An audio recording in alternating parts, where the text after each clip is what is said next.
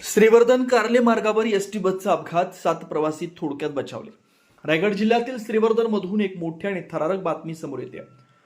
म्हसळ्याहून दिव्यागर मार्गे श्रीवर्धनकडे जाणाऱ्या प्रवाशांनी भरलेल्या एसटी बसला कार्ले परिसरातील तीव्र उतारावर भीषण अपघात झाला.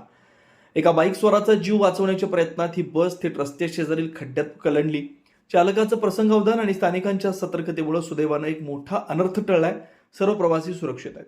बुधवारी दुपारी साधारण 1 वाजण्याच्या सुमारास म्हसळा आगाराची MH13 CU 6896 क्रमांकाची एसटी बस प्रवाशांना घेऊन श्रीवर्धनच्या दिशेनं निघालेली होती.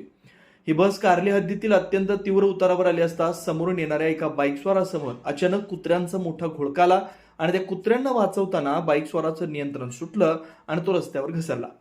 समोर पडलेल्या या बाईकस्वाराला वाचवण्यासाठी एसटी चालकानं तातडीनं ब्रेक लावला. मात्र संततधार पावसामुळे रस्ता अत्यंत निसरडा झाला होता.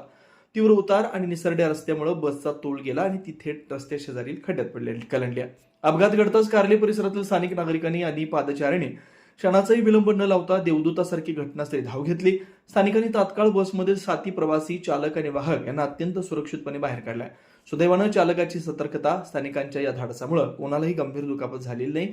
दरम्यान कार्ले परिसरातील हा तीव्र उतार आता वाहन चालकांसाठी मृत्यूचा सापळा बनलाय.